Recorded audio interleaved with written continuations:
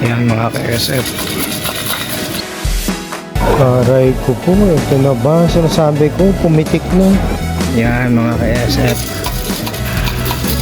Tatlo-tatlo muna para hindi tayo mabigla.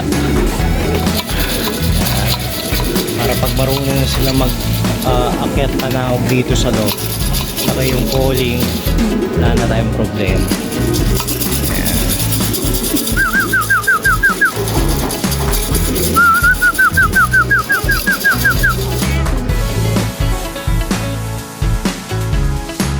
First 3 natin mga ka-SF, sila yung pitong nilabas ko sa Avery kahapon.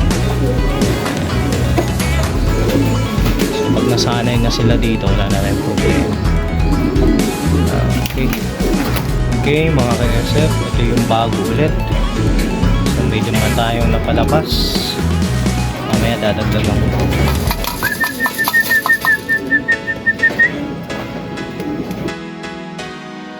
Ayan mga ka-SF. So tinuturuan ko sila maglabas-pasok dito sa sa pintuan para hindi na sila naiilang.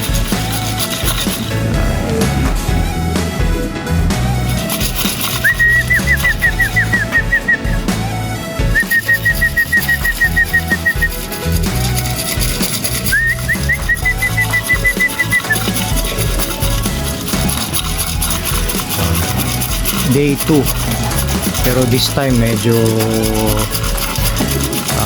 alternate yung palabas natin. Yung 7 nag-switch tayo ng iba, nagpalabas tayo ng 2 additional. Okay, ito mukhang gusto na rin lumabas mga ka-SM. Dapat i-entry ko to sa Alegre, ay sa BBC, kaso maraming gastos kaya medyo delay. Baka ilalaro ko na lang pa ng Old Birds sa club. Meron pa naman tayong 3 backup saka 2 tuturuan.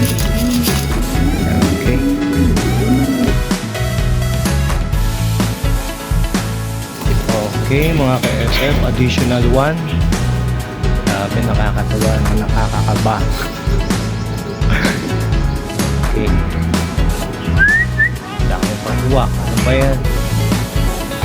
Pag nakapagpapasok na tayo this time, oras na.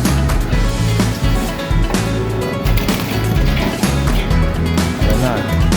9:35, 9:40 na. So this time baka unti-unti na natin silang papasukin.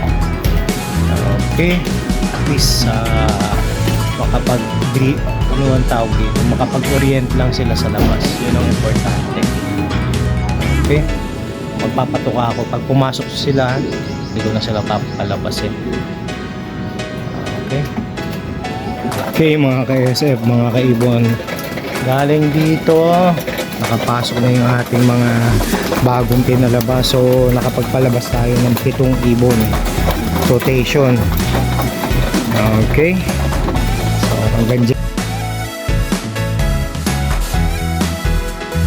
Okay, viewing tayo ulit. Day 2 ng papakawala natin.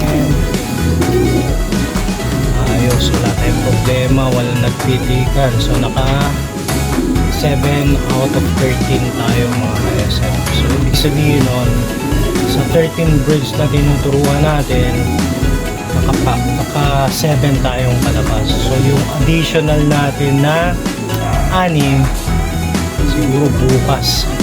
Okay, tuloy-tuloy lang yan, mga 1 linggo. Plano ko kasi dapat weekly ang alternate, pero mukhang hindi naman magiging problema kung pag may pumasok na isa, palabasin natin yung isa. Okay, alternate. Alright.